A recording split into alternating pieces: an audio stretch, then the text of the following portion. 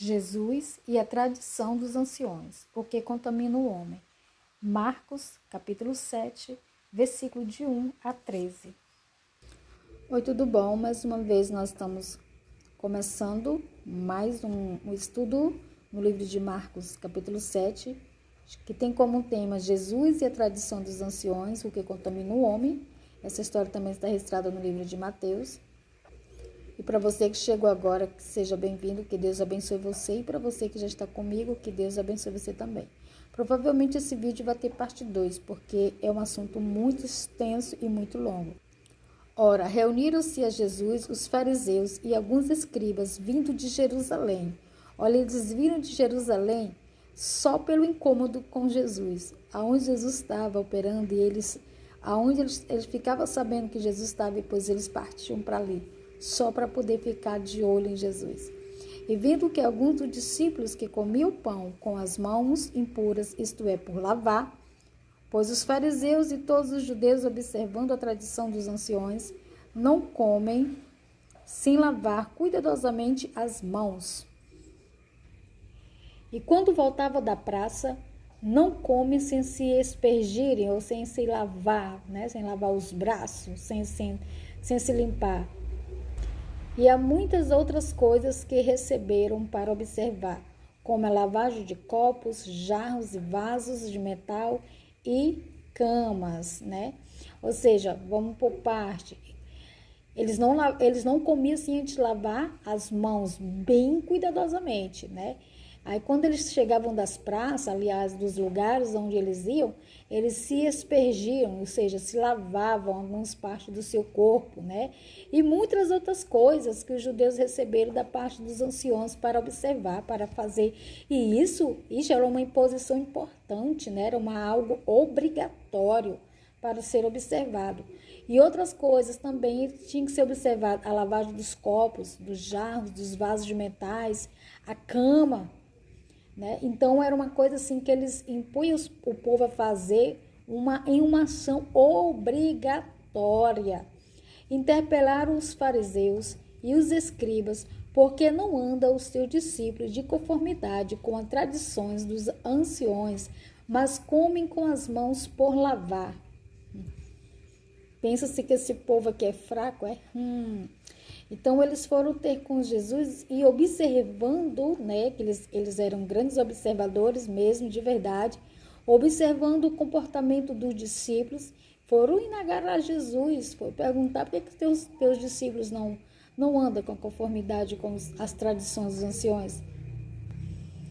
Por que eles não seguem as regras do templo, as regras que foram postas para todos seguirem, né? E respondeu-lhes, quem que respondeu? Jesus.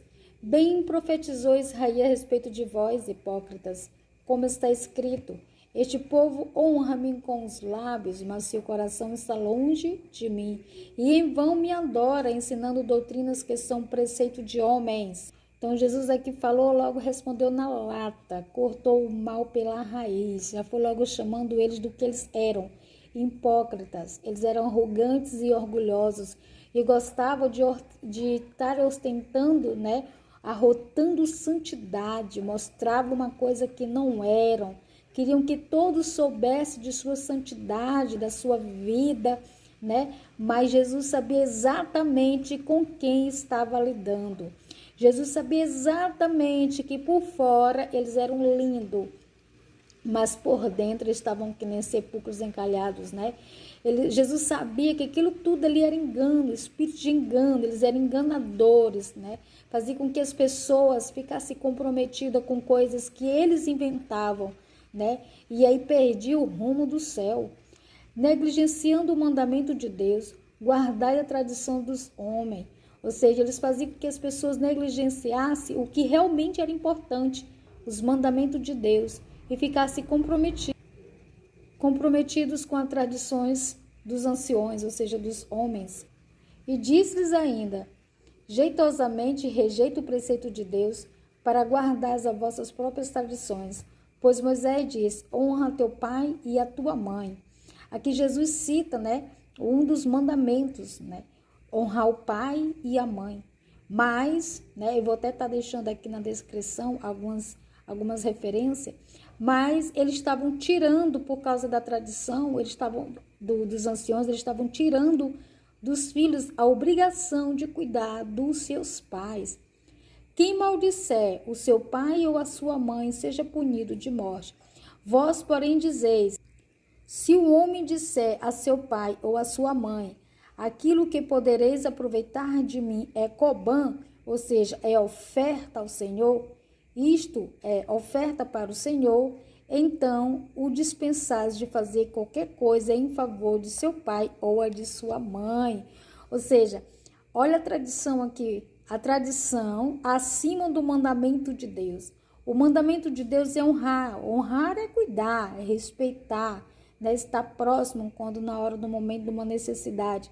E o templo, né? A tradição dos anciãos é o quê? Está dispensado todo filho que disser, né?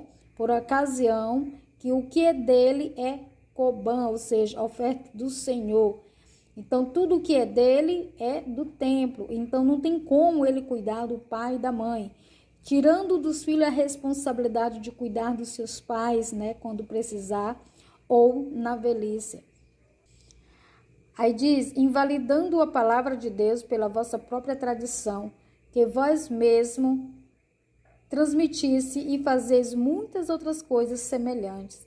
Ou seja, todas essas tradições, a maioria delas quebrava o mandamento de Deus, iam de frente, né, com o mandamento de Deus. Deus ordenava algo para que o povo fizesse, até mesmo para garantir serem abençoados e próximos de Deus, e eles vinham, né, com suas arrogâncias, querendo assim atrair alguma coisa para eles, rompia o mandamento e colocava acima do mandamento as tradições. E as pessoas ficavam cada vez mais longe de Deus e cada vez mais próximas às tradições dos anciões, dos escribas e dos fariseus. Então você observa o quanto que o homem ele é capaz de fazer, né, quando eles se sentem Deus, porque esse povo se sentiam deuses, se sentiam tão honrados, mas tão próximos da verdade, e fazia com que as pessoas acreditassem nisso e saíssem do caminho certo e praticassem o errado, tirassem o proveito dos mandamentos e se comprometessem às tradições. As pessoas elas não tinham como saber o caminho certo, porque só quem estava com a palavra, com a lei, era eles. Então, eles, né, prendiam a palavra e traziam para o povo o que eles queriam. As pessoas não tinham acesso à palavra de Deus, mas eles sim. Então, da partir de agora, vamos partir para a parte 2 desse vídeo. Que Deus abençoe você, estarei explicando na parte 2. Fique comigo para o próximo vídeo. Amém?